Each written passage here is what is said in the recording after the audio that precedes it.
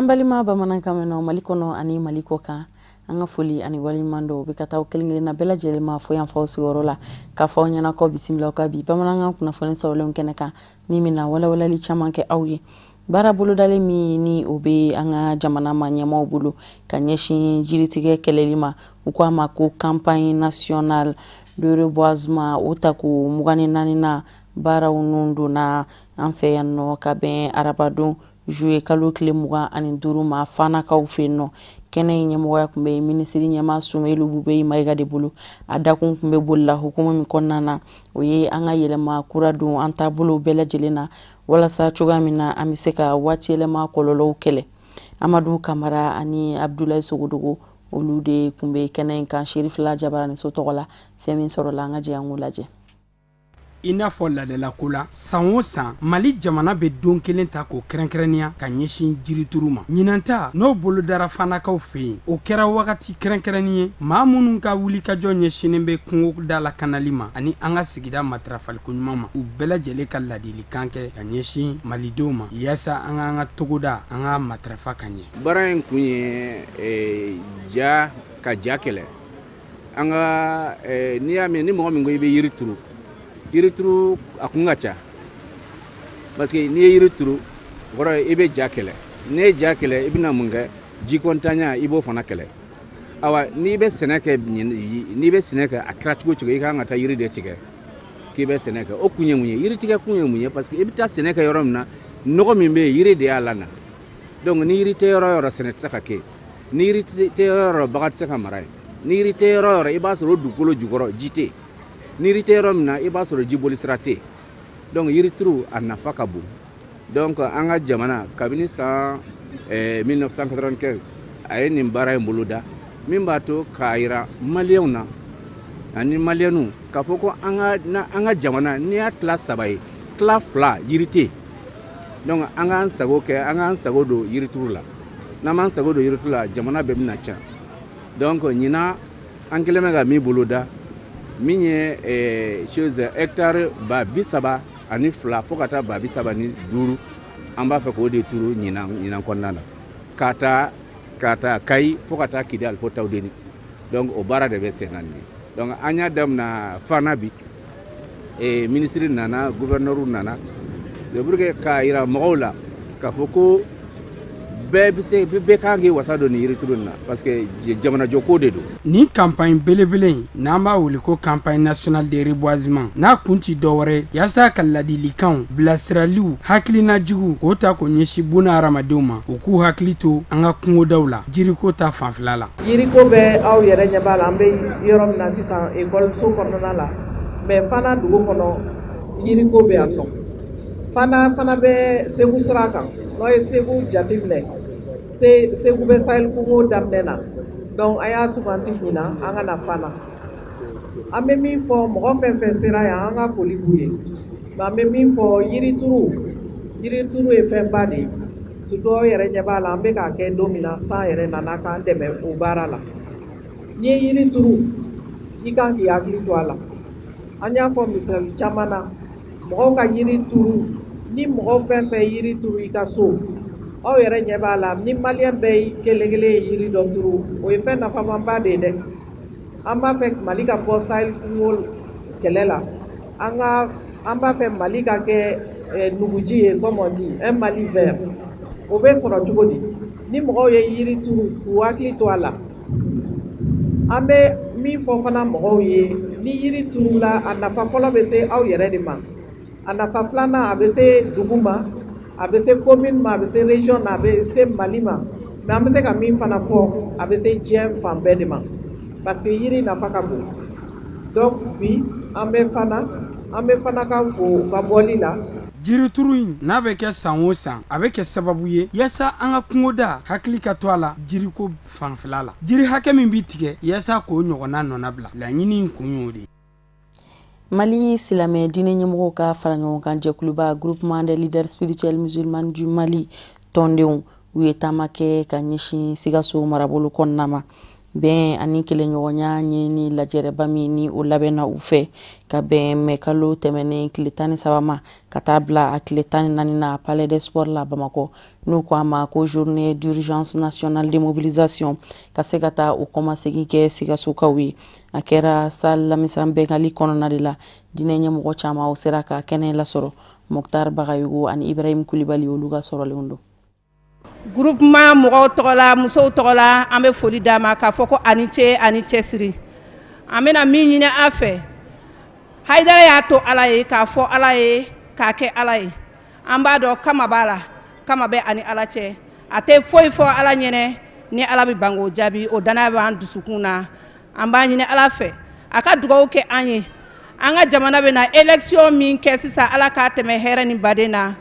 O kɔfɛ siya kɛlɛ min bɛ anw ka dugu kɔnɔ o ye musow ka hami an ka jamana kɔnɔ an ma deli a la a ka dugawu kɛ minnu kɛra Ala k'a da o ma Ala kana dɔ wɛrɛ kɛ an ka jamana kɔnɔ ka jamanadenw kɛ ka ɲɔgɔn kanu filaw ni bosow cɛ kulonkɛ de b'u ni ɲɔgɔn cɛ ani kadɔw kulonkɛw de b'u ni ɲɔgɔn cɛ n'i y'a olu bɛ ɲɔgɔn na bi k'o ye musow haminankoba ye yana ka bɔ yan an dalen b'a la a tɛ foyi fɔ Ala ɲɛnɛ n'a bɛ ban a ka dugawu kɛ an ye. Seriba min sigin filɛ nin ta kabini Ala y'a dan a ko ka mɔgɔw fɔ ka don ɲɔgɔn na de Seriw kelen ni ye anw diinɛ ɲɛmɔgɔw wele Bamakɔ kalo mois de mai tile 13 a n'a tile 14 tile 2 diinɛ ɲɛmɔgɔ bɛɛ tun ye ka bɔ Kidali fana yana an Sikasogo yɛrɛ tun ye représenté bɛ Amadu Berete ye anw représenté nɔ ne tun b'a diɲɛ na Abdul Berete tun bɛ yen Dramane Keyita tun bɛ yen nɔ tile 2 an ye kuma fanfari kɛ diinɛ ɲɛmɔgɔw tun bɛ yen chrétien ɲɛmɔgɔw tun bɛ yen chef coutumiers tun bɛ yen dugutigilakaw tun bɛ yen fɛn o fɛn gɛlɛya ye Mali kɔnɔ Ala barika tile 2 nan da sera bɛɛ lajɛlen ma ayiwa o sababu bɔra cɛ kelen min na o ye Cherif Haidara de ye a y'a ka kari bila an ka bolo kan an taara taa gafe di président ma fɔ palais la Haidara yɛrɛ ni chrétien ka ɲɛmɔgɔ de di ko min ta ka taa di k'a don président tɛgɛ dɔ dira président ma cogo min na dɔ dira opposition fana mɔgɔ ma o cogo la ten nɔ. Vraiment an kɔni nisɔndiyara Sikaso tali yɛrɛ y'a cogo min na jama bɔra maaw bɔra kosɛbɛ fan 14 bɛɛ lajɛlen fɛ message mun dira fana maaw y'a lamɛn a ye message wɛrɛ di fana fo maaw fana k'o dɔn diinɛ ɲɛmɔgɔw bɛ nin u bɛ dɔgɔya jamana kɔnɔ mais maaw k'a dɔn fana jamanadenw de don hakɛ dɔ de b'u bolo jamana kɔnɔ vote fana ye devoir de citoyen de ye maa bɛ taa voter maa min ka di ye diinɛ ɲɛmaa fana n'o ka diinɛ ɲɛmaa ye a ko min ka di min a ye taa voter ye fitinɛ fana bɛ na election na cogo di a caman bɛ sɔrɔ carte bɛ taa maaw ma taa carte ta ni maaw bɔra ka t'i ka carte ta maa tɛna se ka taa voter maa place la bɛɛ ka t'i ka carte ta maa min ka di ye taa voter ye an ka faamuya ye min ye an ka hakilina n'an ka ɲɛmɔgɔw hakilila bɛ sira minnu kan an kɔmɔgɔw fana ko nɔ minɛ ni an ka waleya n'an ka cogo ye n'o kɛra a bɛ hakilisigi ni basigi nati an ka jamana kan. Ani Mali silamɛ diinɛ ɲɛmɔgɔw ka fara ɲɔgɔn kan jɛkuluba groupement des leaders spirituels musulmans du Mali tɔndenw bɛ to ɲɔgɔn bolo nka an bɛ bɔ Sikaso marabolo kɔnɔ an b'an kun da Segu marabolo kan sigiba dɔ kɛra u fɛ yen nɔ fana ka bɛn arabadenw ma o laɲini fana tɛ dɔwɛrɛ ye a bɛ don kadara kelen ninnu de kɔnɔna na ka se ka taa Segu ka denw ladɔnniya ka se ka bɛn ani kelenɲɔgɔnya hakilina k'u su ka kɛ o waleya ninnu kan cogoya minnu na sigikafɔ bɛn ani kelenɲɔgɔnya o bɛ sabati Mali jamana kɔnɔdenw kelen-kelenna bɛɛ lajɛlen ni ɲɔgɔn cɛ Tata Ture ani Dramane Mali olu de ka sɔrɔlenw don. Bolodi ɲɔgɔnma ka fara bɛn ani kelenya kan diinɛtigiw yɛrɛ damaw ni ɲɔgɔn cɛ o dɔrɔn de bɛ se ka kɛ sababu ɲuman ye ni ka dankari kɛ bamanciya wale min bɛ ka kɛ silamɛya tɔgɔ la bi o de sira kan groupement des leaders spirituels musulmans du Mali GLSM u ye baara ɲɔgɔnya min kɛ u ni jamanadenw ni ɲɔgɔn cɛ ka fara an ka jamana kabilabatigiw kan n'u k'a ma journée d'urgence nationale de mobilisation n'a waleyaw sigira sen kan ka sanga ni mɛn kalo tile 13 ka taa bila a tile 14 tɛmɛnen na a sen fɛ u ye laɲini kɛ ni waleya caman ye n'o ye recommandation ye o min bɛ ti jɔ recommandation 75 bɔ ɲɔgɔn la o kɔnɔ kumaw ɲɛfɔli ka fara hakilina jakabɔ ka u Segu GLSM ni ɲɔgɔn cɛ o de ye nin kɛnɛ in sigikun ye. Alhamdulillahi dakunen bɛ an fɛ bi o ye nisɔndiya de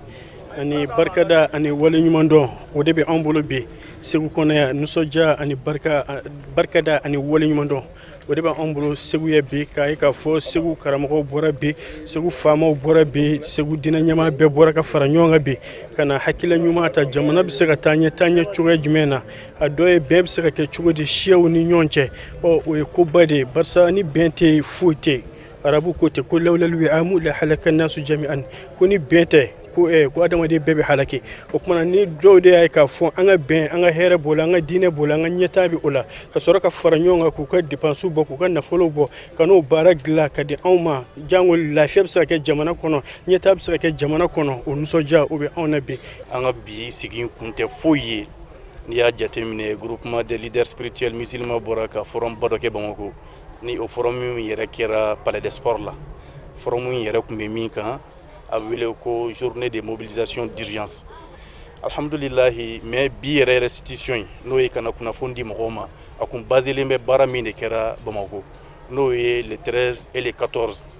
mai kana o de ɲɛfɔ mɔgɔ ye mɔgɔ minnu ma se ka chance sɔrɔ mɔgɔ dɔ bɛ sali kɔnɔ yan olu sera ka taa a forum na n'a kɛra Bamako bon mɔgɔ dɔw bɛ yen olu ma se ka taa bon minnu ma se ka taa k'u wele ka na ka bɔ cercle Segu cercle wɔɔrɔ bɛɛ lajɛlen mɔgɔw bɛ yan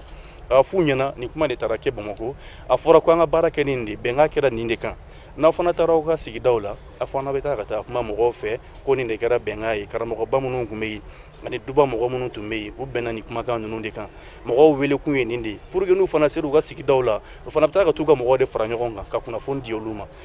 bon bureau national fana ka hakilila la ni restitution in a tɛ dan Segu dɔrɔn fana k'a yira ni région bɔra a la a bɛ tila ka laɲini bɛ tila ka kɛ tuguni ka taa fo cercle la tuguni a kɛra waleya ɲuman ye Segu dugu mɔgɔbaw kɛrɛnkɛrɛnnenya la a gouverneur u k'u ka dɛmɛ da jira groupement des leaders spirituels musulmans du Mali ɲɛmɔgɔw la togoya min na ni laɲini min kelen filɛ nin JLSM fɛ o waleyali bɛ se ka sabati togoya min na Mali jamana fan 14 bɛɛ lajɛlen na kɛrɛnkɛrɛnnenya la Segu marabolo an k'a dɔn k'a fɔ jamanadenw mɔgɔ bɛ bɛn ni kɛlɛ min na politikimɔgɔw fana ka bɛn ani basigi ani ka don da kelen fɛ ka bɔ da kelen fɛ u ka o de discours kɛ ka caya nin waati in na o de tun y'an ka laɲini dɔ ye laɲini ba min n'an b'o kɛnɛ kan bi o de ye ko an ye sigi min kɛ Bamako ko a ɲɔgɔnna ka kɛ Mali région bɛɛ la an bɛ Segu ka sigi de la bi Sikaso kɛra Kayi kɛra an bɛ Segu cercle bɛɛ bɛ yan bi i y'a diinɛ ɲɛmɔgɔ bɛɛ ye a dugucugu bɛɛ nana ɲɔgɔn sɔrɔ yan olu fana ye ci min sɔrɔ bi recommandation b'olu fana bolo u bɛ taa ni min y'u ka sigidaw la ka t'u ka communes na an'u ka arrondissements na ka se ka taa kunnafoniw di nin de ye sigi yan bi a kumaba de ye nin ye Segu diinɛ ɲɛmɔgɔw nana ka fara ɲɔgɔn kan an bɔra ni recommandation bɛ Bamako ka na a di olu ma olu fana bɛ relais ta ka taa n'a ye u ka basew la ka aw ladɔnniya k'a fɔ nin kɛnɛ in senfɛ da magara fasoden ɲuman kelen-kelenna bɛɛ lajɛlen jɔyɔrɔ la kalafili bɛ se ka kɛ togoya min na basigi ani bɛn kɔnɔ ɛlɛ ni fasoden ɲuman bɛɛ lajɛlen bɛ se k'i jɔyɔrɔ fa togo min na Association d'entraide des femmes, enfants, veuves et orphelins du Mali ye jɛkulu ye jɛkulu minnu ni olu ka dɛmɛ bɛ ɲɛsin musow denmisɛnw muso cɛsabagatɔw falatɔw ani yatimɛw ma olu ye kuranɛ kalan kɛnɛba dɔ sigi sen kan min kɛra base aérienne na Bamako ka bɛn ni arabadon Abdul Karim Sako an'a ka jatala Seydou Ɲare olu de tun bɛ kɛnɛ in kɔnɔna na fɛn minnu sɔrɔla yen nɔ an ka jɛ an ko ɲamada ni kuranɛ kalan in a bolodala tɔn fɛ a bɛ fɔ min ma ko association d'entraide des femmes enfants veuves et orphelins du Mali n'o ye finitigiw musow ye minnu cɛw tanyana jamana kumabɔli baaraw la ka ni kuranɛ kalan kɛ hinɛ ye ka se u kelenkelenna bɛɛ lajɛlen ma jamana tɔgɔ la ani jamana ɲɛmaa kurasigi o kalafili min kan ka kɛ dimanche nata juillet kalo tile 29 muso minnu y'a kɛnɛ sigi u y'a yira k'a fɔ jamana kanu de y'u bila baara la bawo n'i ko fasojɔ baara bɛɛ lajɛlen dama ka kanw la se min bɛ olu ye o de ye k'a fɔ ka dugawu sama finitigiw ma minnu tanyana jugu kɛlɛli sira kan jamana ka se ka kisi k'a kɛ tasibila ye ani duwawudenw ka ɲɛsin u kelenkelenna bɛɛ lajɛlen ma kalafili ala bɛ se ka tɛmɛ basigi ani kɛlɛya kɔnɔna na jamana kɔnɔ cogo min na AFC ye finitigi muso bɛɛ de ye donc ani paramilitaires ani an ka veuves jeune musow de y'a daminɛ u ni IJMA u y'a daminɛ salon u ye anw yɛrɛ fɛnɛ don a la donc an nana an y'a kɛ salon ɲɔgɔn fɛ an bɛ ala fo ka barikada parce que salon an ye duwawu kɛ fɛn minnu na kuranɛ jigin kɔfɛ an yɛrɛ dalen don a la ala ye caman minɛ parce que an b'a kɛ salon kuma min o y'a sɔrɔ kɔrɔnfɛla kun chauffelenba don alhamdulilayi bi in na kɔni fɛn fɛn bɛ kɛ kɔrɔn fɛ an b'a dɔn o ye mɔgɔ minnu ye tugun sinon a kun bɛ cogoya min na salon a tɛ ten tugun donc an bɛ ala fo ka barikada o la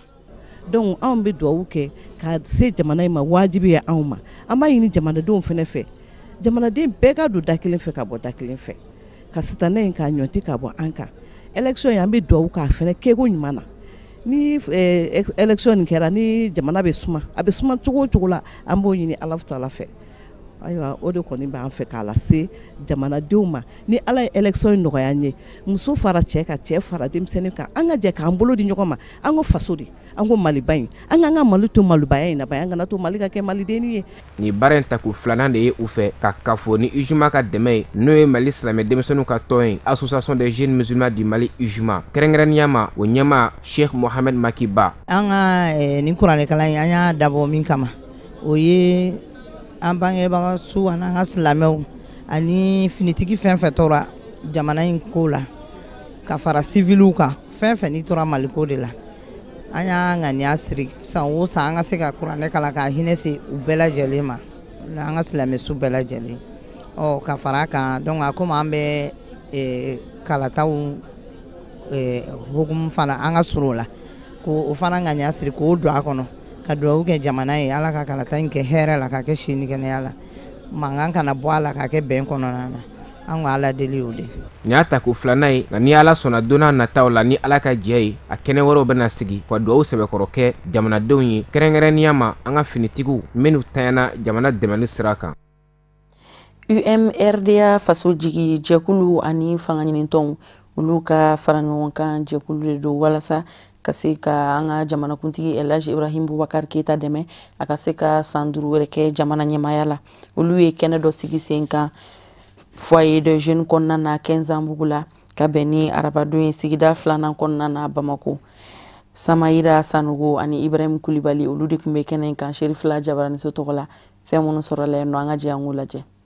jama bɔra kosɛbɛ eko kɔnɔ kulu kana denmisɛnninw tɔgɔla soba min bɛ Kenzabugu sigida 2nan na anw fɛ Bamako yan bi arabadon juillet kalo tile 25 walasa kana wele kan jaabi min bilara o fɛ parti politique fɛ n'an ko ma ko UMRDA faso jigi ka kɛɲɛ ni campagne présidentielle homu kɔnɔna ye bi lajɛ ka mɔgɔw wele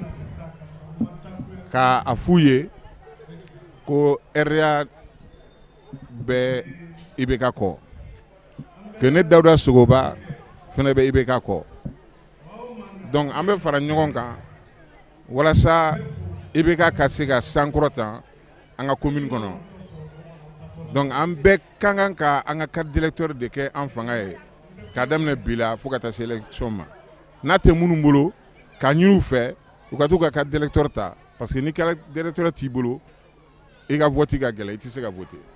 donc an dun b'a ɲini de commune 2 kɔnɔ a ka fɔ ko IBK gagnera 100%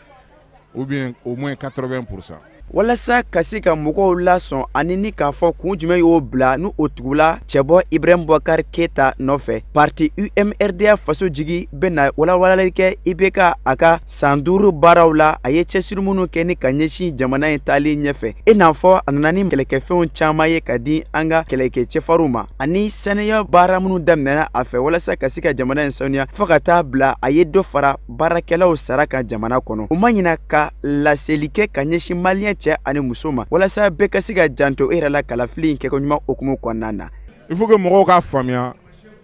que ɲɔgɔn bugɔ tɛ ɲɔgɔn nini tɛ démocratie ko ni jama taara fan min fɛ hali ni jo b'e bolo ni jama taara nkalon fan fɛ i bɛ to jama kɔ k'a ɲini k'i ka jo ɲɛfɔ f'aw ka bɛn f'u k'i faamuya hali n'u m'i faamuya i balolen i salen u bɛ tiɲɛ d'i ma donc vraiment ne bolo a ma se kɛlɛ la i bɛ k'a b'a fɔ cogo min na ko kɛlɛ ko tɛ moi je suis dans ça kɛlɛ ko tɛ o i y'a faamuya kɛlɛ ko tɛ an bɛ jamana de ɲini jɔli de ɲini donc an kana kɛlɛ kɛ an ka taa vote kɛ an ka bɔ vote la hɛrɛ la ani baden an m'aw ladɔnniya k'a fɔ ko parti politique UMRDA faso jigi kɔfɛ parti politique caman fana tun bɛ kɛnɛ in kan walasa ka se ka u ka ŋaniya yɛrɛ kɛ ka ɲɛsin Elhaji Ibrahim Boubacar Keita ale dɛmɛni ma Mouvement Bagayoko pour un Mali émergent o jɛkulu y'a ka baarabolodalenw nun don ka bɛn taratama sanfili la sigida filanan kɔnɔ Bamako u ka tɔndenw ani u kanubagaw ka fara mɔgɔba caman wɛrɛw kan olu bɔra ka na kɛnɛ sankɔrɔta Samayira Sanogo ani Abdoulaye Sogodogo olu de tun bɛ kɛnɛ in kɔnɔna na. Ni ɲɔgɔn lajɛyɛrɛ belebele in de senfɛ Mouvement Bagayoko pour un Mali émergent a tɔndenw ni a kanubanciw ye ŋaniya yɛrɛ kɛ ka ɲɛsin ADP Maliba président ma ni ale ye cɛbɔ ye président Kalafili nata la an ka jamana kɔnɔ. Waati kɛrɛnkɛrɛnnen kun don o bolo walasa ka se ka laseli kɛ ka ɲɛsin sanfili cɛ ani muso ma. Komi an se yan fɛnɛ bi ɲɔrɔn surufukɛ n'o ye Buye Ayidara ye ale de ka wele sera maliyɛnw bɛɛ ma ka fɔ a ka d'ale ye bɛɛ ka Alu Bubakar Jalo soutenu k'a dɛmɛ a ka président sigi la. Donc anw fɛnɛ seko ye min ye anw bɛ se ka mun kɛ o ye ka fara ɲɔgɔn kan mɔgɔ minnu b'an bolo ani mɔgɔ minnu bɛ baara la ɲɔgɔn fɛ ani mɔgɔ minnu bɛ ɲɔgɔn na mɛn an de sela ka an y'an kumakan na s'u ma k'u wele u ka na u ka fara an kan an ka jɛ ka Alu Bubakar Jalo k'a dɛmɛ a ka fanga ɲini na. N'a ma ɲa ko o bɔra kosɛbɛ Eko kɔnɔkulu ka na o fɛla ani u ka kanubancɛya yira mouvement in na a tɔndenw ye a kɛ waati kɛrɛnkɛrɛnnen fana ye walasa ka se ka kumakan lase maliyɛn cɛ ani muso ma pour que kalafili in ka se ka tɛmɛ hɛrɛ ani baden na ka sɔrɔ woyɔ ma kɛ. Ayiwa ne bɛ mun fɔ maliyɛnw ɲɛna maliyɛnw k'a dɔn foyi t'an bolo ni Mali in tɛ n'a ye Mali ci an b'a y'an ɲɛ la an y'a ye an kɛrɛfɛ jamanaw la an y'a ye an kɛrɛfɛ jamanaw la kɛlɛ kɛra o duguw la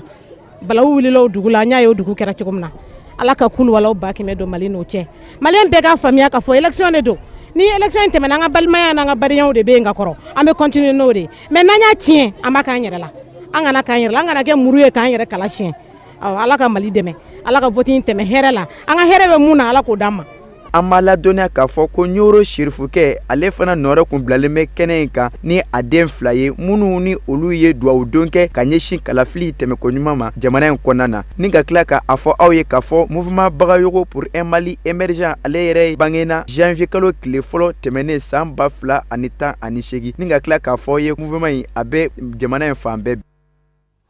Agence Sahel Voyage Mali ani a baarakɛɲɔgɔnw u ka bolodi ɲɔgɔnma kɔnɔna na u ye kunnafoni cari kɛnɛ dɔ sigi sen kan ka se ka wele bila u ka hiji lataadenw ma ka se ka hiji kɛkoɲuman ani ladilikanw k'olu baaraw bɛɛ lajɛlen ɲɛfɔ u ɲɛna a kɛra ka bɛn arabadon de ma Maison du Haji kɔnɔna na ni o ye hiji lataadenw tɔgɔla soba ye Bamakɔ. Amadou Diallo ani Seydou Ɲare olu de tun bɛ kɛnɛ in kɔnɔna na fɛn minnu sɔrɔla an ka jɛ an k'u lajɛ. Ni ɲɔgɔn dalajɛ mun na bɛnna Sahel Voyage fɛ ni Sahel Voyage hijidenw ani maaba caman tun b'a kɛnɛ kan a daminɛna ni kuranɛkala ye ni tako duruna ye hijitaga ani ka taa Istanbul dugu kɔnɔna fana lajɛ a kun de walasa hijitagaden minnu bɛ taa Sahel Voyage fɛ u ka se ka t'u ɲɛ da Turki jamana yɔrɔbaw kan i n'a fɔ u ka Tokapi ani Misiribaw ani fɛnkɔrɔ marayɔrɔ mun ni n'a tɔgɔ dalen don Aja Sofia ani kɛrɛnkɛrɛnnenya la an kuntigi Muhamadu Rasululahi sallallahu alaihi wasallam ale bolo mina minnu maralen bɛ Turki. Sahel Voyage tigi ka fɔ la ni hakilina in bɛna kɛ sababu ye teriya mun bɛ Mali ani Turki jamana cɛ ka caman fara o kan. An bɛ lajɛ min na bi lajɛ lawasalen don lajɛ in y'an ka lajɛ laban de ye puisque hiji taga wagatiw de sera sisan nɔ donc avion ko n'an bɛ pankulu ko programmation de la donc hijidenw de welela formation laban mun kɛra kun baara minnu kɛra ka se k'a dɔn k'a fɔ u y'a faamuya minnu fana tun bɛ retard la ka tila ka segin a kan olu ye o tɛmɛnen kɔ an tilala ka hijidenw fana ka taacogow ɲɛf'u ɲɛna. Sahel Voyage tigi ka fɔ la labɛn bɛɛ lajɛlen kɛlen don ka ban walasa Sahel Voyage hijidenw bɛ se ka taa nɔgɔya la ani ka segin nɔgɔya la. Tila ka foli ni barikada kɛ ka d'a kan ɲinan hiji bɛnna koba fila ma kalata o ni silamɛya jɔko duruna n'o ye hiji ye donc o tagali wagati kɔni sera tile damadɔ in kɔnɔ tagali bɛ kɛ Sahel Voyage fana y'a lajɛ k'a ye kalata in fana kɔnɔ na k'a ka volu décaler k'a bɛɛ k'i ka fasoden ɲumanya kɛ ka sɔrɔ ka t'i ka alajɔ ɲumanya kɛ donc o de y'a kɛ départ bɛ daminɛ kabini le 4 août fo ka taa se le 13 août ma labɛn bɛɛ sabatira Sahel Voyage n'a ka jɛɲɔgɔn fɛ hiji kɛko ɲuman na minnu fana bɛ hali bi ni u tɔgɔw ma sɛbɛn tɔgɔ sɛbɛn dayɛlɛlen don fo ka taa se kota banni ma fo ka taa se kalo in tile 13 ma. Miniti 30 kɔnɔna la magantaga a taga ni ka segin bɛ kɛ cogo minnu na ani Istanbul yɛrɛ u bɛna wagati mun kɛ yen nɔ k'o yɔrɔw lajɛ o jaw yiral'u la miniti 30 kɔnɔna la. Ijidenw nisɔndiyara kosɛbɛ ka da nin waleya ninnu kan ani ka da agence Sahel Voyage bɛ yɛlɛma kura minnu don a ka iji taga la walasa iji taga kɛcogo ɲuman bɛ se ka kɛ Sahel Voyage ka iji tagalaw bolo. Alors iji tagabolo ɲuman fɛnɛ alors u y'o bɛɛ fɔ an ɲɛna madinɛsigiw minasigiw ani Arafa Muzdalifa ani tawafu kɛcogo o ka se ka kɛ hɛrɛ ni baden na u y'o bɛɛ lajɛlen yira an na. Alors alhamdulillah rabbil alamin a togo ɲɛna kosɛbɛ halisa u k'u cɛsiri u ye baara min na alors baara tagabolo ka ɲi ne yɛrɛ y'a ye nisɔndiyara u k'a lajɛ toujours alors ka dɔ fara ko kan walasa bɛɛ ka se ka taa hɛrɛ ni baden na alors mɔgɔw ka segin hɛrɛ fɛnɛ la alhamdulillah rabbil alamin. Ka foli bila agence mɔgɔw la k'a f'u ye u ni ce u ni baraji ala k'u ka agence ta ɲɛ parce que depuis an ye iji baaraw daminɛ an ma jigilatigɛ sɔrɔ an ma tɔɔrɔ ko sɔrɔ u bɛ kɛ k'u occuper an n'a kɛcogo ɲuman na u bɛ kɛ ka ladilikanw d'an ma wa an bɛ ka faamuyali ɲuman fana sɔrɔ a la donc ala k'u bolo mɛn a la ka sini kɛnɛya d'u ma anw yɛrɛ minnu bɛ taa ala ka taga ni ka segin nɔgɔya an bɛɛ ye ala k'an ka baton kelenw bɛɛ minɛ ala ka limaniya d'an bɛɛ ma ayiwa ala k'a muɲu ni sabali di minnu fana ma taa ala ka tagali nɔgɔyaw bɛɛ ye ala ka silamɛya jidi. Ɲinan san 2018 agence Sahel Voyage ka iji tagalaw bɛɛ t'i jɔ mɔgɔ 265 la an bɛ yɔrɔ min na ko bi. O de bɛ dansigi kɛ an ka bi bamanankan kunnafoni sɔrɔlu na minnu sera ka fara ɲɔgɔn kan ka bɛn ni kuma in ye kunnafoni di so ɲɛmɔgɔso fɛ k'a lase aw ma aw ni ce aw ka ɲamadaliw la aw kan bɛn ni ala sɔnna ma.